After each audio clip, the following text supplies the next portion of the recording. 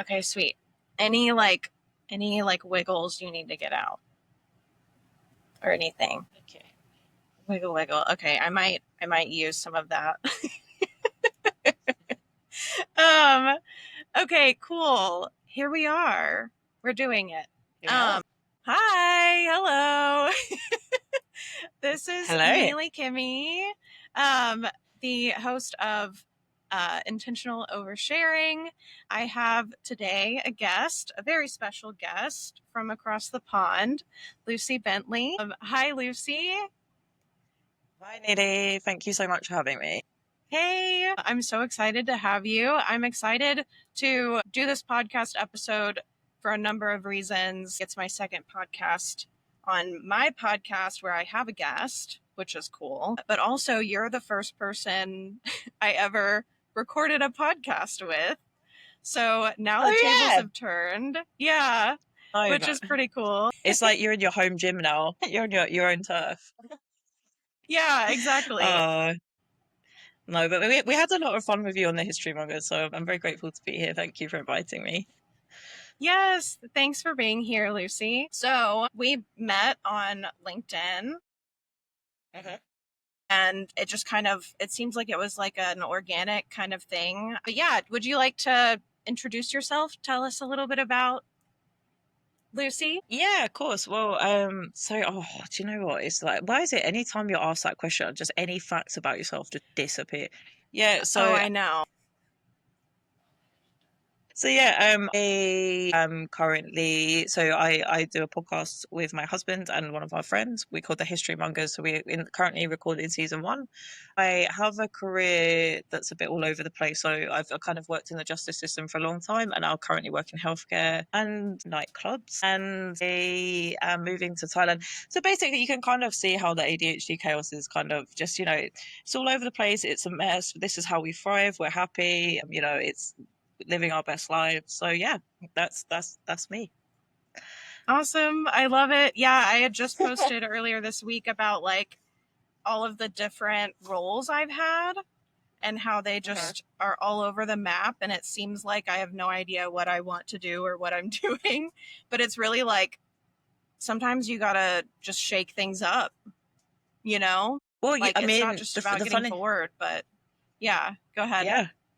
I mean, I had a therapist who was saying something about like, oh, we'll start doing the work when things start becoming less chaotic. And like, I was just thinking of hearing my mum's voice in my head, and I was thinking, if we're gonna wait for it to become less chaotic, we're never gonna do this. Like, this is the lifestyle. And so it's kind of like we're leaning towards chaotic good. We don't have to like have like, be a chaotic mess, but it it just is what it is. Yeah, it's so real. And like, I think I've done a lot of work myself, especially in the last few years, where it's like accepting that it's going to be Yeah. chaotic and like just understanding that sometimes the way that I operate probably isn't going to be the same as the way other people operate. And to them, it might be chaotic in a bad way. That's cool for them. What does that have to do with Yeah. me? You know? That's it. That's quite right. Yeah, just embrace Yeah. it. I mean, I know that I can just get bored really easily. And it's not even just like bored in jobs, but it's like I think that it's based in boredom. Like it starts as boredom and then it's like, oh wow. And then I just like start to hate whatever I'm doing after some I time know. has gone on. Yeah, Yeah. it's a But it's thing. definitely part of that, like, I think that lack of consistent reward for doing the same thing.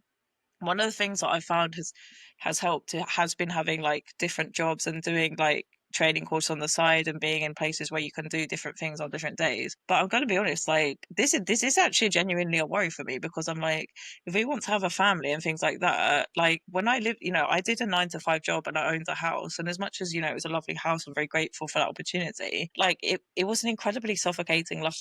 And I'm like, so how do you actually, like, without getting too deep from the off, like how do you actually amalgamate like this need for novelty and change, and with the fact that like actually if you want to have a family and things like that, you're going to need to have that. Like, how do people do it? Yeah, I mean, so I will say like on my end, we're not we're not like making any plans to have kids. Like that's not kind of in the cards for us right now, especially with how things are in the US, just how like destabilizing everything feels right now.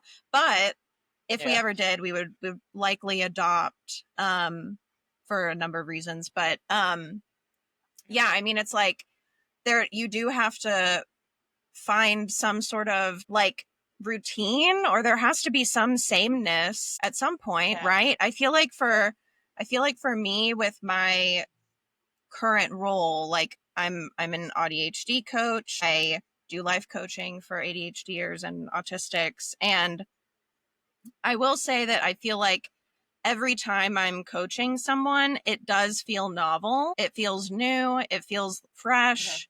It's not boring. I like look forward to all of those calls with my clients. And so then I find other ways like outside of that to kind of introduce novelty, or like have like little side things that are going on, which helps to like mix things up a little bit.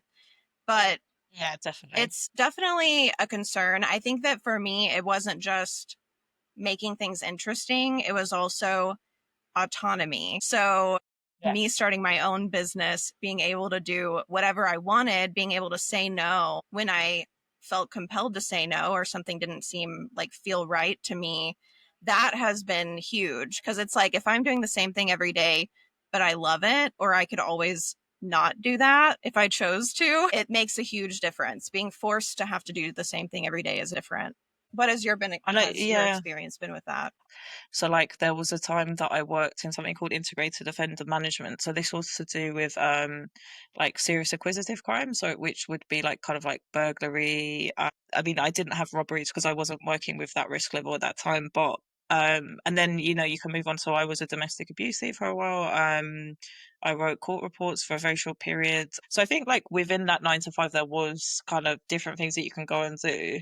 But I'm gonna be honest, like I just don't see that I can do that now. I think part of the issue was during that time that I still hadn't really kind of come to the realization that it was a neurodivergence as an issue. I mean, it definitely been flagged to me by medical professionals, but I hadn't really leaned into it too much. I think it just wasn't too much of a, you know, there wasn't a lot of information in the public consciousness. And so, and I think once you start kind of really understanding that, you know, these are the issues, then it's almost like you can't unsee it. Does that make sense? So like it was almost like it was easier to try and cram yourself into the 9 to 5, even though you weren't happy, because you weren't really quite understanding the cause of the unhappiness. And when it's like, so it's almost like, and then once you realize, it's like holding a hand onto a hot radiator, and it's like, well, I can't do this anymore, like I have to take my hand off, because it's like now that I know that it's that, well, I can't go back to it. I don't know if I'm making any sense, but I think you definitely are. I think that this is one of the things about late diagnosis that really is, I think that it's such a relatable experience, but at the same time, it's really, really difficult to kind of put it into words. Kind of how we seem to like, there's skill regression after we get a diagnosis, or it seems that way. I don't know that I fully believe that our skills are actually regressing, but it's more I like, do think it's almost like a placebo effect, because you're yeah, so conscious of those issues, and then it takes a little while for you to kind of like reach a bit more of an equilibrium. yeah, very true. And it's also kind of like, I think for me, one of the biggest changes that came from being diagnosed was realizing like all of this stuff that I thought was so important and so key for me to be able to do really doesn't fucking matter ultimately. Like a lot of it's Yeah. bullshit. A lot of it's stupid. A lot of it I don't have to actually do. It's just what everybody else does and what they've been taught to do. And I'm kind of like, oh, but what if I don't want to do that? Then what? What's going to happen? Oh, nothing? Okay, well, I guess maybe I just won't do it then and see what How freeing is happens. that though? How freeing is Yeah. that? It's amazing. Yeah. Like, It's it's great. like what my teacher from year 7 isn't going to come in and be like, I told you no. Like, it's amazing. Yeah. And that's something that I will usually mention during my discovery calls with clients is like, you can't get in trouble with me. Like, even if it's something, even if you're like late to a call, or if we have to reschedule last minute, or like things that people typically get like reprimanded for, I'm like, no, I want whatever our relationship is, you can't get in trouble with me at the very least. Like, Aww, that's so I'm not nice. going to yell at you. I'm not going to like intentionally ever try to make you feel bad for things that are beyond your control. Sometimes you're late, and usually you're not trying to be late. I never try to be late Yeah. on purpose. So if you're You mean sure? to me about being late, I'm like, you're mean. Like, that's not helping anybody. Yeah. Yeah. That's it. It's a shame-free environment. Love it. Exactly. That's the hope, at least. That's what I'm striving for. And there's so much about our experiences that are like rooted in shame. So much of it. No, there are. Because essentially, like, what is shame? Shame is, if we were to like define shame, I suppose it's that feeling of like, I am bad, there is something wrong with me. And essentially, like, I think the whole neurodivergence movement is essentially coming to terms with the fact that there is a framework for something that is different with you, the way you think, the way you experience the world, the way you process information. And so it's then being able to be like, right, so there was something, but it doesn't mean that I am bad. It doesn't mean I am dysfunctional. It doesn't mean I am broken. And actually, for a lot of people who are late diagnosed, that is actually quite revolutionary, because I think a lot of us have gone through life like feeling a bit different, feeling like they're not like quite like other people, or I think it's like that phrase I come back to where people feel like they are cosplaying as a human being. So yeah, so you're right, it is shame, but essentially I think I was thinking the other day, like if we were to like kind of like define shame, like, but I don't know if you would agree with that kind of just feeling of like, I am bad, there is something wrong with me. Yeah, like inherently something is wrong with Yeah. me. So naturally, every time I try to do something and it doesn't go the way I hoped or the way other people hoped, or I don't meet someone's expectations, obviously that's going to happen. I can expect that to happen because I'm the common denominator here, right? So obviously I'm the one that's bad or wrong or needs to change. And it's just not true. Like, this is a narrative that we're sold throughout our lives, and it's simply not true. And it helps a lot Yeah. whenever you can surround yourself with other people who have gone through this experience. And I see like my friends that are neurodivergent, my clients that are neurodivergent, my family members, whatever, like, I whenever they're being more like me, then that makes me feel more accepted and like a part of something. And I'm never like, they've lost their train of thought while they were talking to me. That obviously means they don't care about what I'm saying. Like, I'm not Yeah. jumping to those conclusions that people so often jump to when they're like dealing with someone who's neurodivergent. I don't know. It's Yeah. ridiculous. When they're handling one of us. Yeah. Oh my gosh. I mean, it's like, if I'm in a room of neurodivergent people, it might be chaotic, but like, it's probably like fun.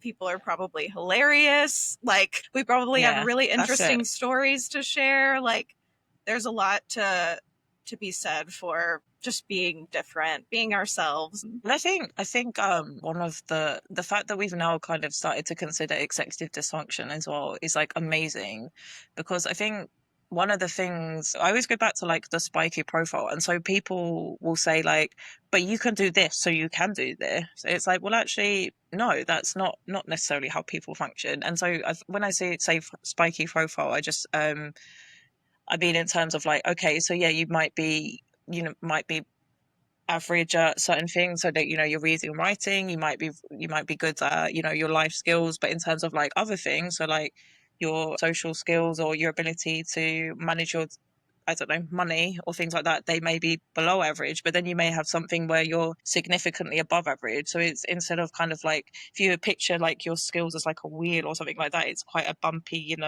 spiky profile. That is literally, the term we're using, rather than a smooth wheel where you've developed everything, evenly. And so I think because we hadn't really had that concept, I think quite a bunch, like there was a subsect of people who were perhaps unfairly dismissed as, you know, oh, you can do this if you just try harder, or do you know what I mean? And it's like, well, actually, you know, the thing is with executive dysfunction is quite often there are times where I'm not able to do things I want to do, like, you know, things that I want, you know, and so it's like, it's not even about like, oh, I can only do fun things, or I can only focus on the things that I really like. It's like, actually, like, I'm absolutely like busting for the toilet, and I can't make myself, like, I actually can't make myself get up, like, or, you know, and I love going to the gym, but for whatever reason today, it's like the muscles are literally not moving towards the door. Do you see what I mean? So it's like, it's not even about like, I can only do fun, enjoyable things. It's like half the time you can't do the things you want to do. So Yeah. Yeah, like I'll try to tell my clients when they were able to accomplish something that they've been struggling to do, like I'll try to be like, to lift them up by being like, you did it. Like, this proves that you're capable of doing the thing, and that's great. But that doesn't mean that it's going to just be like easy from now on. Like, there's usually some steps that you had to take, or some like weird thing you had to like think outside the box to actually get to the place of actually doing that task, whatever it is. And it can be different every day. The next day you could go to do the same task and it's super easy and you don't even have to think about it. And then the day after that, it's hard again. Like, it's not consistent. yeah, or even like it could be consistent but under specific circumstances. Yeah. So, and I think like, especially like because autism runs in one side of my family, so I was sent for an assessment when I was much younger. But this was, I mean, I'm an ancient now, so we're talking 15 years ago. I literally went there and went, I don't have any of this, and I just refused to like really engage with it. And especially because, like, you know, people kind of like made fun of me and things like that. But it's like, now I look back on it and I see more about like autistic women and stuff like that, it's like, okay, well, I just literally dismissed it without even like, do you know what I mean? It was quite obvious why they sent me for that assessment. I should have just like done it properly, but it probably would have saved me a lot of.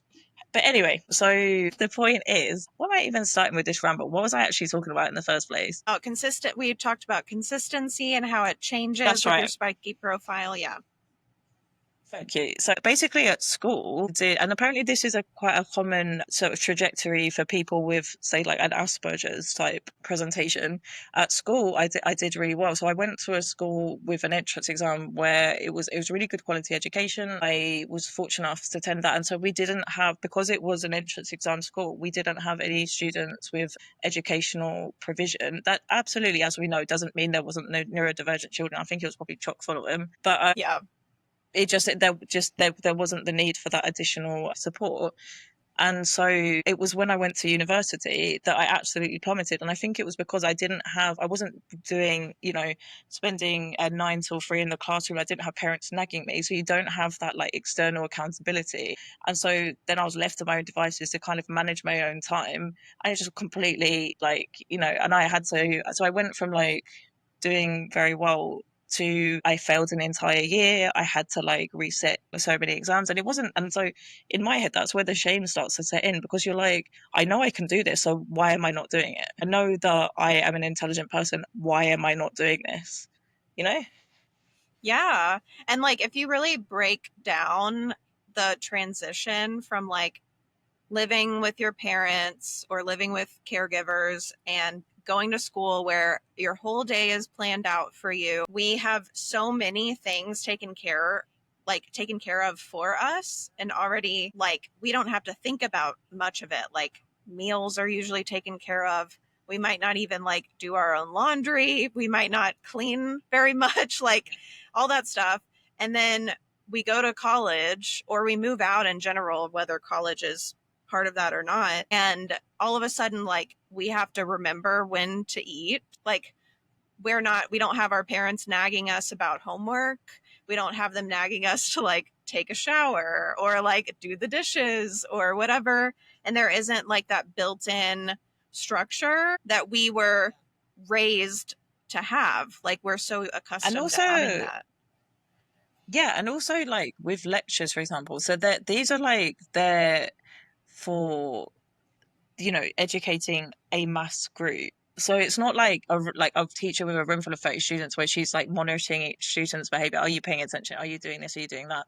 So like in the first year of like uni, when I did my first degree, they said to me, you know, lectures are optional. I didn't go to a single one after that. This was in the first time. So like, because the thing is, I started to get actually physically unwell trying to go to them because I thought it was some kind of claustrophobia. That was what I put it down to at the time, because I didn't realize it was about like having to sit still and trying to process that amount of oral information, which I think it was now. And then I'm then getting stressed because I can't focus on it. I just want to get up and leave, but I can't because I'm in a row of like all these people. And so I put it down, and it started to make me feel physically ill. So I started to just not go. And the things like I wasn't taking in the information anyway. And I got support from disability services, which I thought was for some kind of like depression, of mood issue. But actually, I think it was what we're kind of describing here, where it's more to do with like shaming because we're not aware of, we have these executive dysfunction, we're not aware that we have these like struggles with being able to sit still, with being able to process oral information in that way. So, and it all seems quite obvious now, and I think it takes a toll on like your self-esteem. Yeah, it's difficult. Yeah, it really takes a toll, and it can cause like damage and trauma, essentially, us just like continuously feeling shame about struggling with like things that normal quote unquote people don't seem to be struggling with. And some Yeah, people never get this kind of explanation. Some of them never figure out, oh, it's actually not that there's anything wrong with you as a human or yeah, as a person. It's literally like you needed to be able to make like get creative about the way that you learned new information, basically. Like okay. talking about the spiky profiles, I haven't been able to physically read a physical book, in at least a decade. I can't remember Yeah, the last time I physically read a book. And I thought that for a long time, I tried to just make myself do it, and then it would be hard. And then I just wouldn't do it. And then I yeah, learned about audiobooks. Like as time went on, I learned about audiobooks. I was like, I don't know if that'll work for me. And I was resistant about it, of course, at first. And then now that's the primary way that I take in information because that works for my brain. Like, that yeah. doesn't mean I'm stupid. It doesn't mean I'm like a bad No, it person or not doesn't. a capable person. It's just a different way of doing things. Yeah, and that's brilliant. And the things that like so many of these things aren't linked to intelligence. So, you know, you can be fantastic at certain things. I think learning, like working out what your learning style is a massive game changer. So I'm like a kinesthetic learner. So I did do my degree. I managed to kind of get dragged through a hedge backwards and finish it. But so kinesthetic learning is like learning through doing. Take learning languages, for example. That's one of my kind of weird interests. So French I did at school. I wasn't particularly great at it. As I say, I was fortunate to go to a grammar school, so I was with a lot of very capable students. So I was in the bottom set essentially. I didn't think that I would be particularly good at it. And when I went to France in 2023, I spent 3 months there. I picked it up quite quickly because French people don't speak English. And I did have a background of it from a million years ago, but it's because I was practicing it day in, day out. And so, you know, I think I became a functional French speaker. Whereas if you compare that to 3 years of study I did in a classroom book learning, and so like, yeah, and so like, I think for a lot of people with ADHD, they are kinesthetic learners. So it's like, you know, that's why they're so good at those under pressure jobs, like, you know, the paramedics, the police force, the prison workers and things, you know, where it's like a little bit of chaos, a little bit of high pressure, and a little bit of like on the feet thinking. So yeah, okay, like you might not be brilliant at like book learning, but then it goes back to that old adage: if you put a fish in a tree like climbing competition, it's going to think it's stupid. Yeah. You know, that Yeah. it's kind of like a meaningless benchmark that we've invented. Yeah. It's so true. And like what I learned about whenever I did enter college, I entered late. I was like a not what they called a non-traditional student because I didn't start college until I was like 21, I think. Um and cuz I dropped out of high school actually at 16, and so I was like just trying to figure out like the workforce basically. And I started college at 21, and being in a lecture setting felt more like, I think, exciting and engaging to me than school whenever I was in high school, basically. And so I thankfully, like, I wanted to get the most out of my experience in college, and I was like paying for it for myself too, which I'm sure that contributed to some of my motivation. But I would ask a bunch of questions and I would raise my hand a lot, and I was like, that's what college is for, right? And that wasn't necessarily as acceptable in high school because people are annoyed by it. And maybe they're annoyed by it in college, but I was kind of just like, get over it. Like, I'm here to learn. And when you mentioned your like learning style, I basically developed this ability as a way to accommodate myself without realizing, again, that like ADHD or autism were even in the mix. I started like naturally building these study groups. And so I would sit in That's class. awesome. I'd sit at the very front of the classroom, and I've always been like a teacher's pet, so I always like latch on to my professors, basically. So I would sit up there, ask a bunch of questions, be really annoying and to everybody else, and That's then so I would create cute. these study groups, and we would like I would like gather people. I like am able to kind of like gather people together. I think that's kind of one of my skills. And we would like teach each other what we had learned. And that was the best way for Yeah. me to learn. If I could get to a point where I could teach it to somebody else, we were solid, right? And then they would do the same with me. And that was pretty much like I made some really, really close, like lifelong friends that way. But then also, It's like, amazing. we were able to help each other and get so much more out of the experience than if I had just gone to the lectures, or if I had been like not going to the lectures and trying to teach myself with like the textbooks. No, wouldn't have gotten So anything out are of that. you, so it sounds like you're maybe like an oral processor. I think so. I need to like Yeah. externally, like I need to talk about how Like I'm think it feeling in out order to loud. actually feel anything. Yeah. I do. Yeah, yeah, yeah. Yeah. But it's funny because and the worst part is I didn't even really like teach myself. So I think this is where a lot of like my struggles kind of like with mental health came in university, because I didn't even like teach myself the course. So I just basically like I couldn't make myself do the work. And then I worked a lot, and then I kind of like partied a lot, and then and then sort of at the end of the term I was like, oh shit, like I was supposed to write something. So like I would do that. So I ended up like the only way I got through it is I'd pick subjects where you didn't have to do exams. So I would not do any of the work, and then I would like be like, what's the essay? And I would research that topic, write an essay, because I can write. That's one of my strengths. I can write. And so and somehow I managed. But like I even did one, like the teacher, the lecturer, I remember she said to me, because I did go to the seminars. So those are the smaller groups where you, as you say, you it has a professor and you kind of ask questions. She was like, oh, were you drunk when you wrote this paper? And I was like, I was. And she was like, it was really good, but I could tell you were drunk when you wrote it. And I was like, so I think it was things to do with like it was something to do with like gender studies in the Roman Empire. And I think I compared like women's rights to like the rights that like a fruit would have like in the day, so it went a bit obscure, but it's like it's not technically wrong, but it's more like Yeah. why. So but and yeah, so I think I can see how, because you have that pathway where it's so common for people with late diagnosed neurodivergence to go through almost like to run the gauntlet of all the various different mood disorders that they are diagnosed with prior to kind of landing on the neurodivergence. I don't know if that's been your experience at all, but it certainly was mine. And I think that again, it comes into how I mean, to be fair to them, like part of this, I was the author of my own demise, because they did send me to that autism assessment, which I did not, so I'm not going to blame everyone, but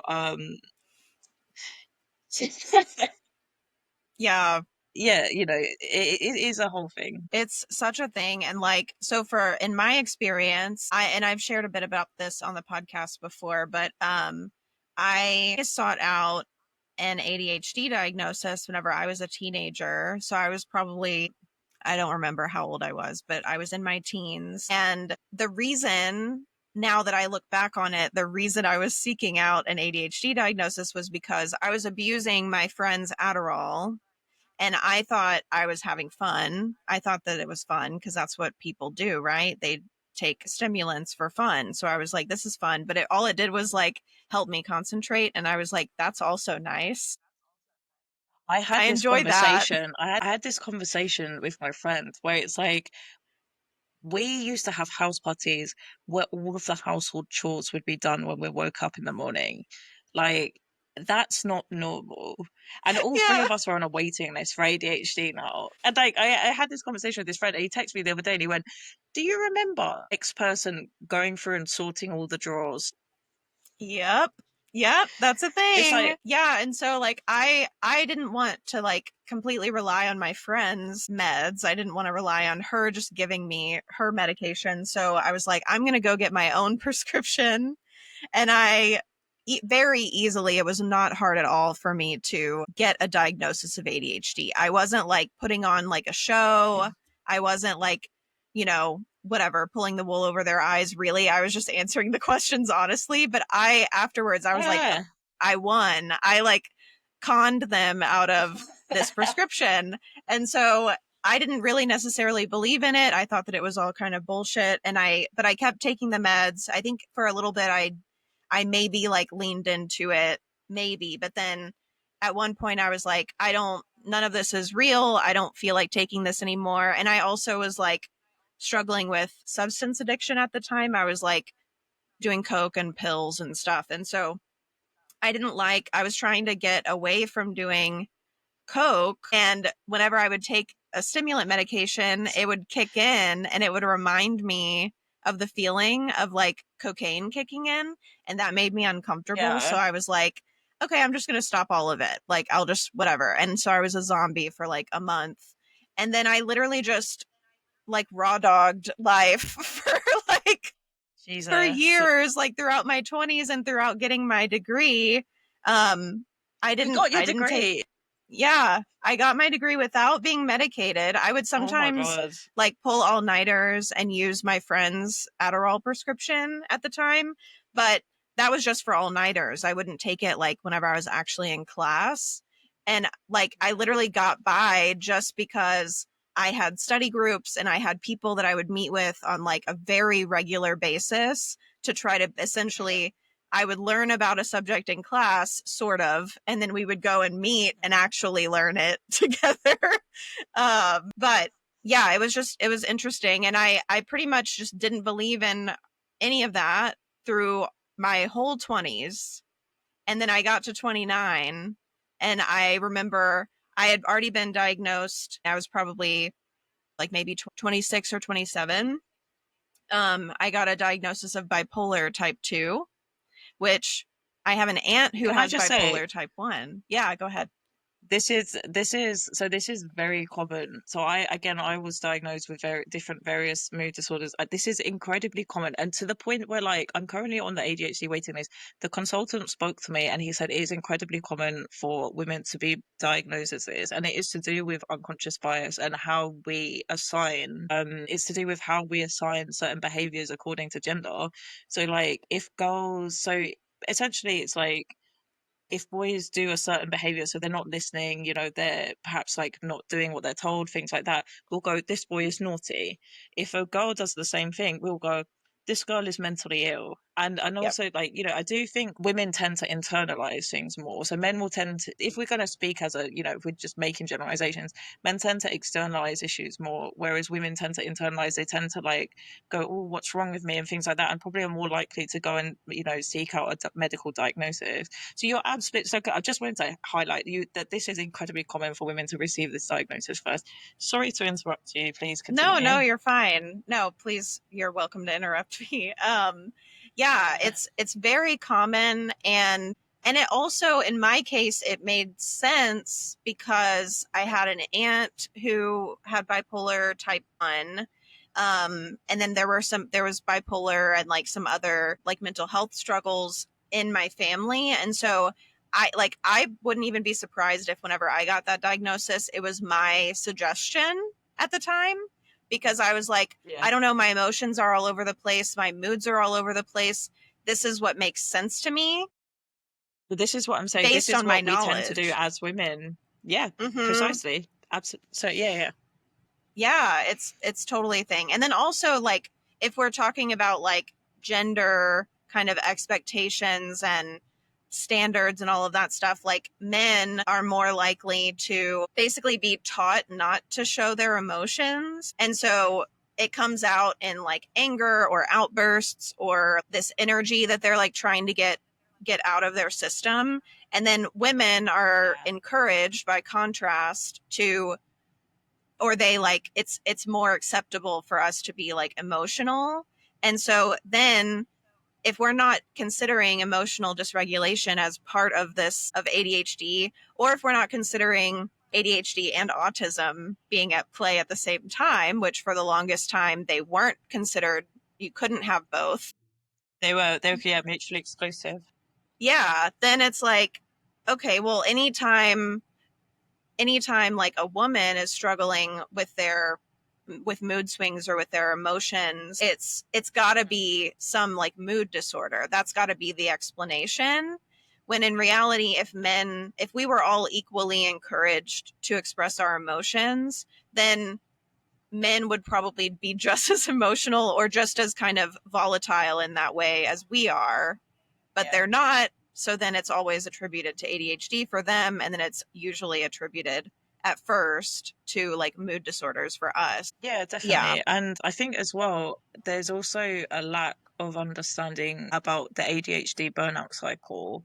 So I think that for me, I did wonder, I think I was confusing burnout with depression. Because one of the issues I used to have was, I think, round about the summertime every year, I used to have a real dip, particularly when I was at university. And I think basically what was happening was I would come back at the beginning of the term, I'd be like, right, this time I'm going to get everything in order. And then slowly throughout the year, I would sign up for, because I'm not brilliant at like managing my time in terms of like what is actually realistic, as many people with ADHD aren't.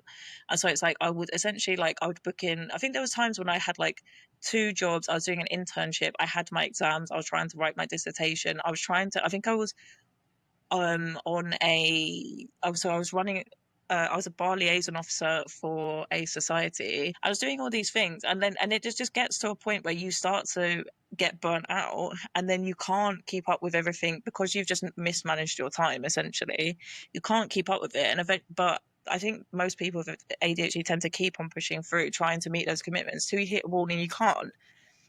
I think until you start to like sit down, and if you're not encouraged to like sit down and plot on a piece of paper, what is the actual cycle here?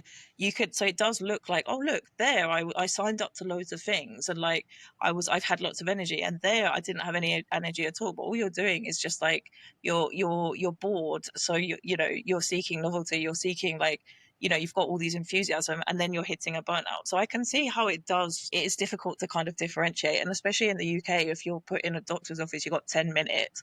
It's like, because a lot of this, like, these are completely subjective. They can't do a blood test for these things.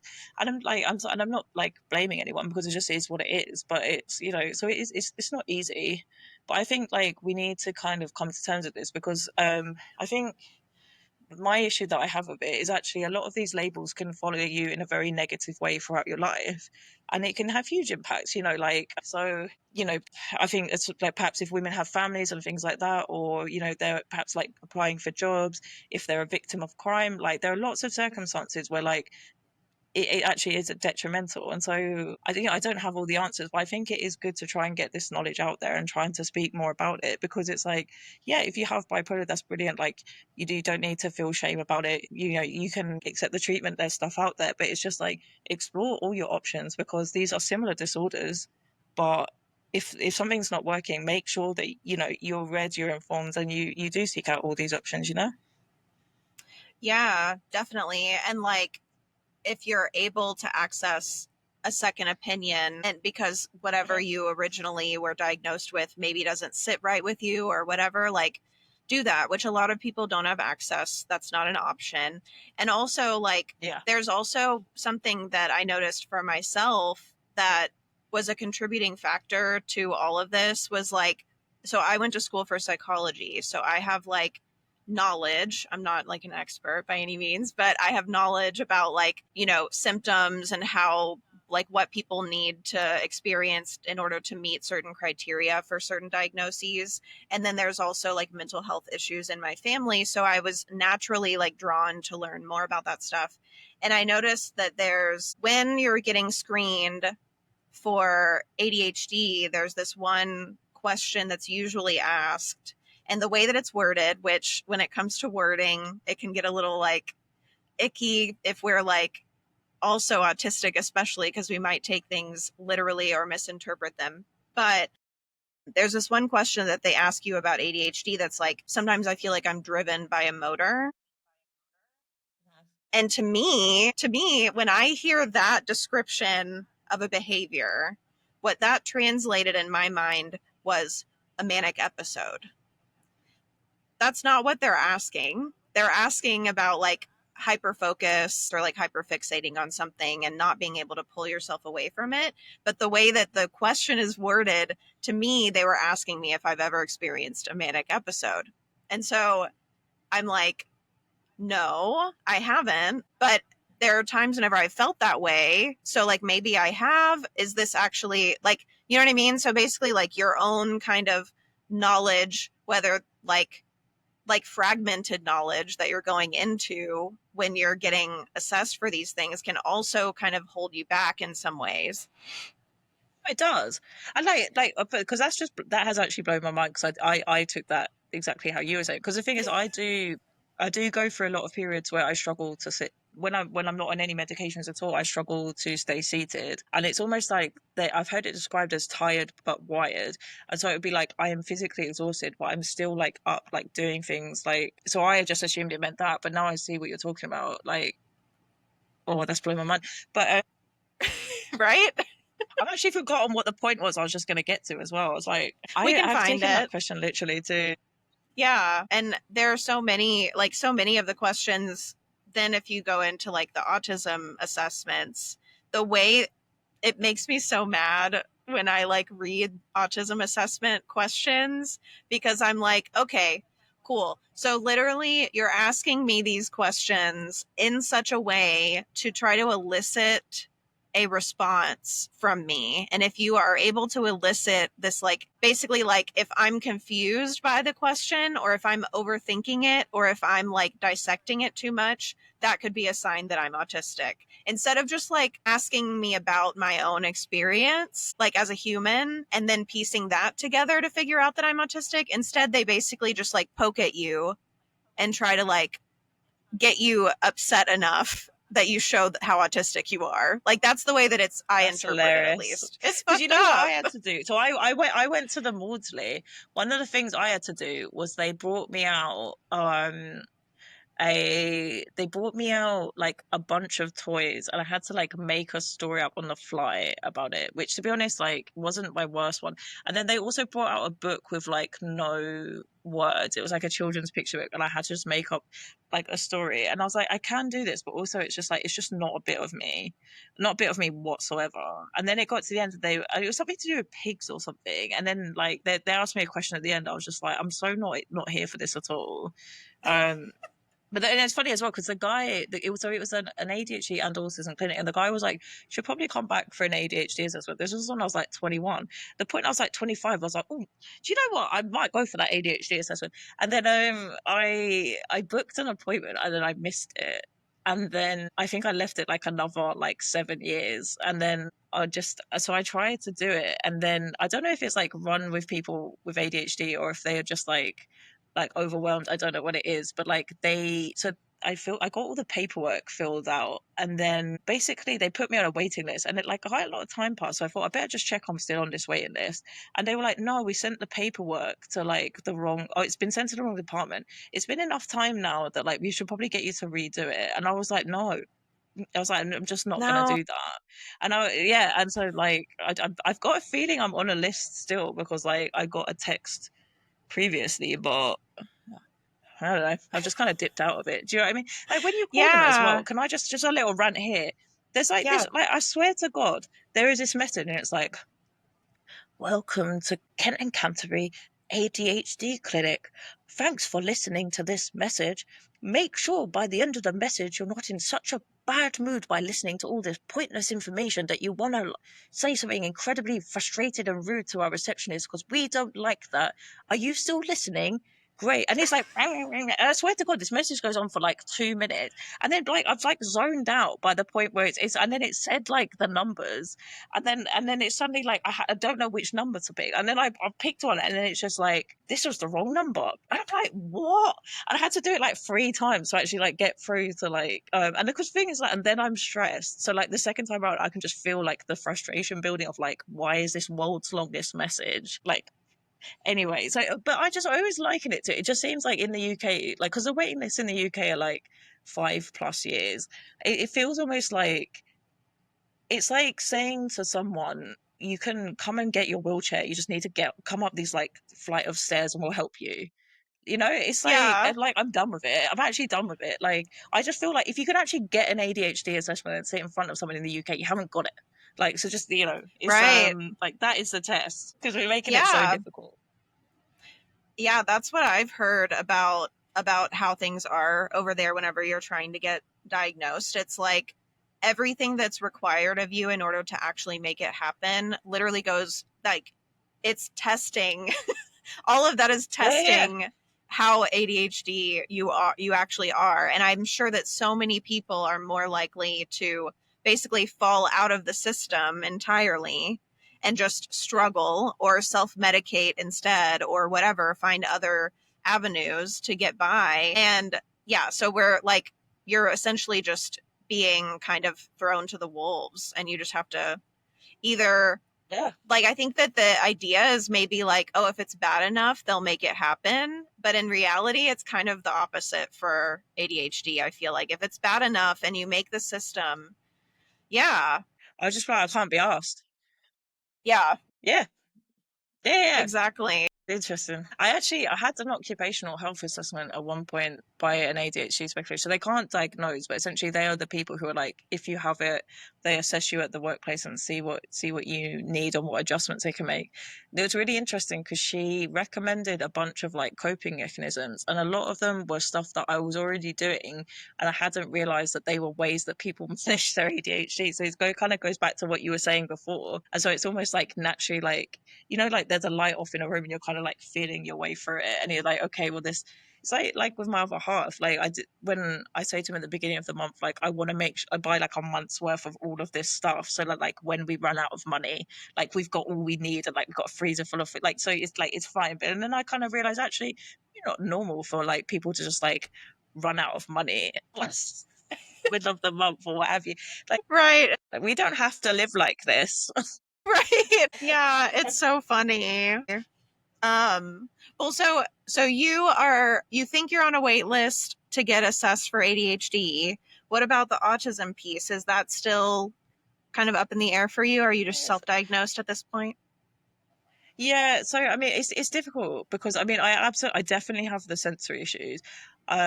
So I would be interested to go back. I mean as I say, so it was said to me by by a doctor I had no inclination. I'd never thought it for myself, but it's also now been diagnosed in family members, and it's actually so obvious that like I don't think I would even bother going for it. It's like so for example, like one I had quite intense special interests as a kid in terms of like learning so language learning, and this is one of the things that blew my mind. So I was like literally boring this person at work about it the other day, and I was doing this speech on like learning Mandarin, and I was saying to her, oh, because everyone goes, oh, it's so hard. And I was like, no, no. The thing is, like, oh, it's actually like it's got this reputation for being hard, but like the great thing is, like, if you want to learn it, like, oh, it's like you only need 100 characters to like read a newspaper, so it's super like it's blah blah blah. And she looked at me, like, she dead ass looked at me, and she was like, yeah, but the thing is, I don't want to learn it. And I was like, oh, right, like, do you know what I mean? And I think like, so this is like where sometimes it's like you realize how other people's brains work. And because if you come from a family where like things like sensory issues are just normal, so like it's normal that someone in your family can't touch polystyrene. It's normal. So like if I have to put on gloves to touch cotton wool, and we call it the devil's cloth, like that is just normal. Do you see what I mean? Like if we can't have Yeah. the big lights on, that is normal. Like if you like your child, if it becomes like the Cuban Missile Crisis around bath time, just is what it is, you know. And so like I think, you know, like my granddad picked me up, and I love my granddad. He's absolutely the sweetest guy. But like, you know, he picked me up from the train station, having not seen him for years. He's like spoke without taking a breath about history the entire journey. Like we didn't even like do the pleasantries. He was talking about like Pericles. Like it was this like pure monologue, and I loved every second of it, because I was like, this is very interesting. But it's just like, you know, what is actually the point of trying to get on this wait list? Because it's just like, you know, Yeah. I do understand there are reasons, but I think that's the kind of almost like the ADHD part, where it's like the cost benefit analysis of the effort to ratio, if you will. And I think that's a good point about the ADHD being like in the mix, because I feel like, at least, so for me, I have an official diagnosis of ADHD. I got that whenever I was a teenager. And then whenever I like got it again as an adult, at first I was able to just be like, I think I was diagnosed with ADHD as a kid. And they were like, okay, cool. What would you like to take for it? What medication do you want to start with? And I was like, oh, okay. And then I've been like assessed again with, it was like an expert, like an actual like neuropsychologist who I did an assessment with. And she confirmed the ADHD. She said that it was ADHD combined type. And I was seeking that diagnosis out again, but this time with like not just trying to con them out of medication, because I actually thought that I had it. And they actually assessed me for autism just as part of like this battery of tests essentially that they were able to do, and my insurance was able to cover it, thankfully. And they assessed me for autism. I did not get diagnosed with autism, but I think that that's very much because I was like masking all of those. I've always masked all of those traits. Autism was not on my radar. I wasn't seeking an autism diagnosis, so I didn't know how to answer the questions honestly in order to get that, like, you know what I'm saying, like that result. So, but yeah, but also I think one of the things for me is like planning conversations in advance. So if you're put on the spot, you just can't even think of the information. So like that was one of the things, like when I used to go to the doctor when I wasn't sure what was going on, like I used to like write lists and like get clear in my head what it was I wanted to communicate. Because a lot of the time, and this is actually indicative of autism, it's like if you're put on the spot, like not really being able to like come up with things. And that's why so many autistic people, like they practice conversations in advance and things like that, because it's like it's that processing and stuff like that. So I do get what you're saying completely. And the thing is, even Yeah. when I was sent to an autism assessment, I still hadn't really thought about the fact that like I did have sensory issues and things like that. I just dismissed it because I didn't want it. So I was just like, Mm-hmm. you know, so yeah, I do. So did you go back for a second opinion, or what happened there? Well, so interestingly, so I was in that neuropsych assessment. I can guarantee you that the woman who was assessing me is also neurodivergent. I don't know what exact flavors, but I'm pretty sure she was at That least, radar, you yeah, can tell, she you was can at tell, least yeah. autistic. And like, I could just tell by Uh-huh. the way that like her mannerisms and stuff, and I felt very comfortable around her. But what's interesting about it is I got diagnosed with ADHD combined type. I got diagnosed with complex PTSD, and then like some other stuff I can't remember. But so maybe like a year and a half went by, and during that time I researched autism more, realized like, oh, hey, I'm seeing a lot of this in like my mom. I think I got it from my mom's side. And so I was noticing those. I was really like learning more and like leaning into it and like trying that label on for myself. And I decided like, okay, well, I'm just going to be like self-identified autistic.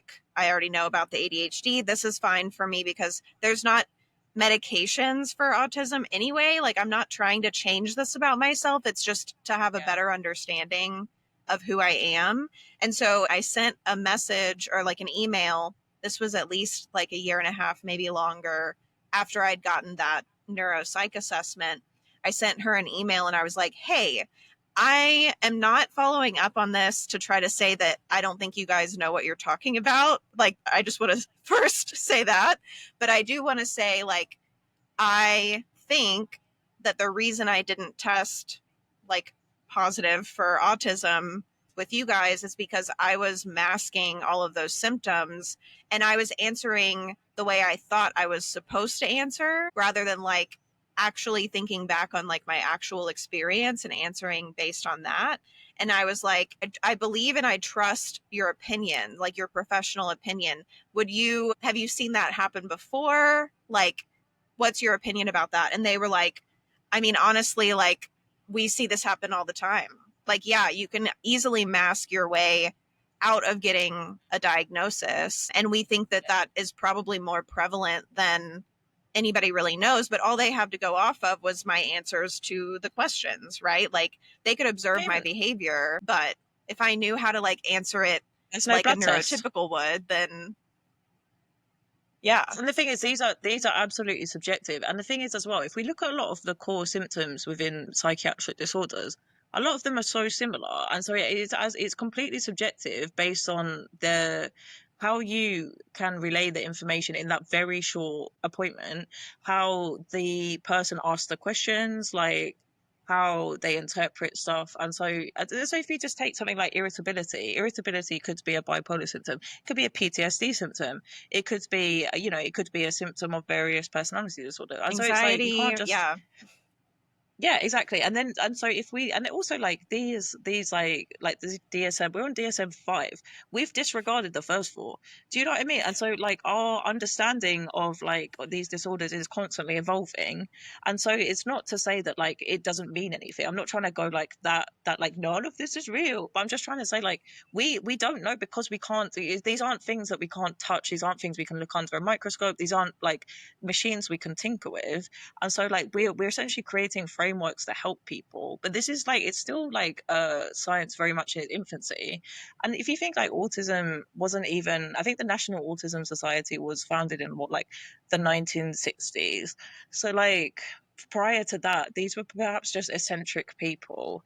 This was seen as so, and it's like, it's like for a period in time we just decided people weren't going to be left-handed, or people like just weren't going to be gay. And so it doesn't mean that like none of these things existed, it just means that people hid those because they had wanted to fit in or wanted to like not receive punishment. And so it's just another like presentation of that. Essentially, we just decided that like these traits are not acceptable, so we'll just hide them until we all develop actual mood disorders because we're not able to meet our needs, so as real. The thing is as well, like a lot of these like mood disorders as well are growing up in an environment which may have like been purposefully or unintentionally invalidated. And so if you imagine, I think this is why so many neurodivergent people have also CPTSD, because if you imagine like if they've got also additional issues that you throw into a mix, if you had a disabled person who their needs weren't taken care of, that is invalidating unto itself. So if you've got a child who you have to wash, who has these horrific sensory issues,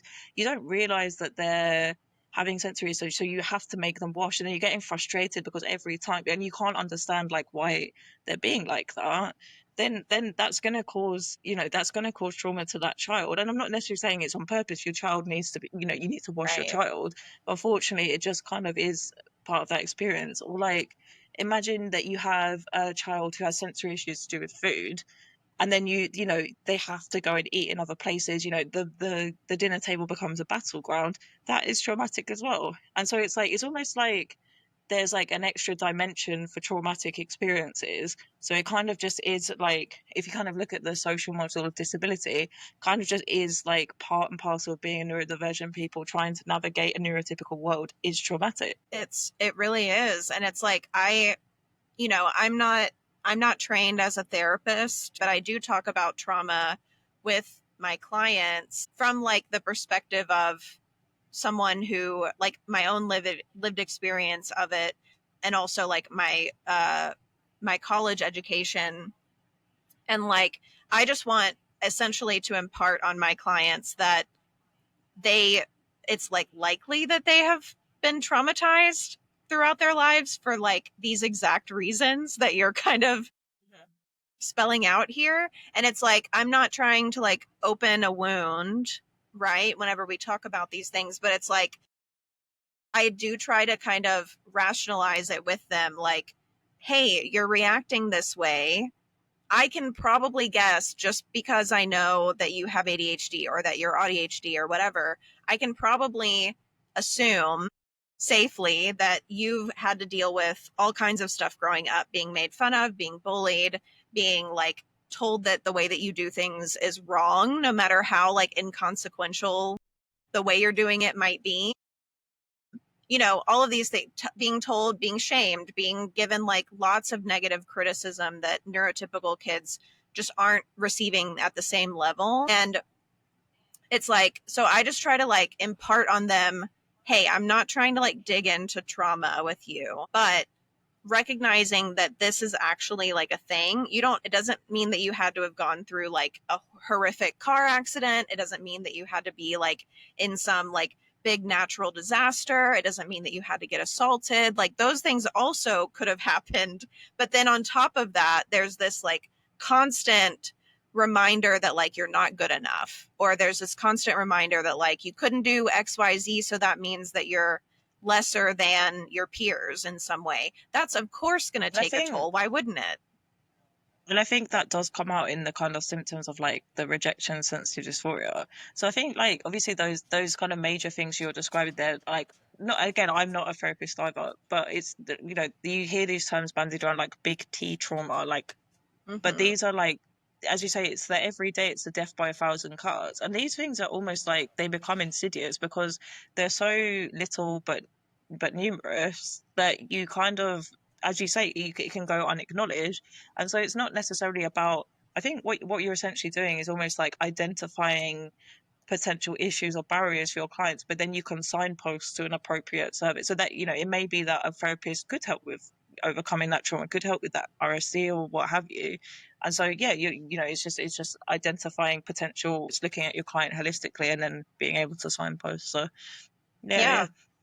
Yeah, exactly. And a lot of my clients are like, they're seeing a therapist and they're seeing me. That's the ideal scenario, is if they have like both, like support from both. So, and I'm always happy to like help them try to find a therapist if that's what they're interested in. But yeah, it's really just like, I kind of try to take the approach of like, name it to tame it almost. Like you don't have to be officially diagnosed or formally diagnosed in order to work with me, but that doesn't mean that like we're not talking about it as if you are. Like we're talking about it as if you have a diagnosis, because as far as I'm concerned, you do in my eyes. And if what we're talking about is helping you, that's what really matters. And so It I'll is, try isn't to it?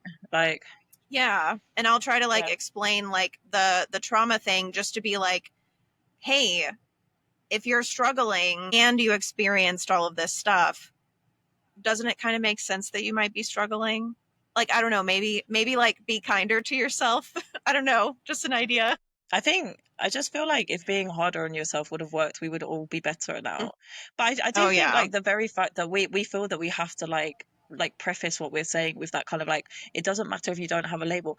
This is exactly the problem that we're talking about. We have to even say that. Like we have to, like, well, we don't have a diagnosis. And it's like, actually, like if I came into work and I said I've hurt my knee, I have a knee, like, you know, I've got arthritis in my knee, would we go, do you like, is that an official label? Have you officially got arthritis? You know, if I said I had, I don't know, diabetes, we'd be like, which type? When were you diagnosed? You know, and it's like, you know, it like I want to run for like prime minister just so I can like get rid of this question, because it's inappropriate. Like this question, why do you want the label? Is inappropriate. Like, why do Yeah. you want a label for your stomach issues, Janet? Like, that's none of my business. This is none of yours. Like, I'm Right. not like, yeah. Anyway. Yeah. I love it. Okay. So, any other like burning things that you were hoping to cover during Do you this? know, We've been talking for a bit now. yeah. Uh-huh. As I say, I wrote some notes on the back of an envelope, Mm-hmm. as we said before. So I think I have covered most of my envelope. I don't even know, God forbid what's in there, probably some kind of bill or something, but it's like a parking fine. But no, but it's been really lovely chatting to you. So thank you. Thank you for Yes. having me.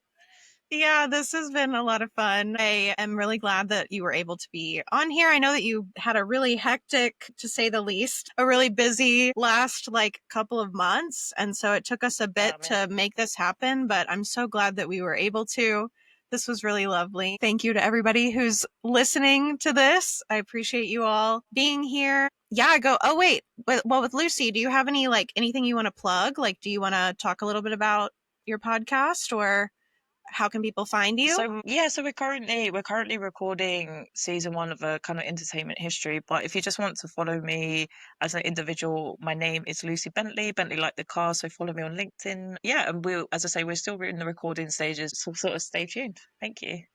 Awesome. Yeah, I'm really looking forward to hearing the episode that we recorded and then just checking it out in general. But thank you again, Lucy. Yeah, everybody go follow Lucy, go check her out on all of the things, and check out History Mongers when that comes out. Thank you so much for being here. Cheers.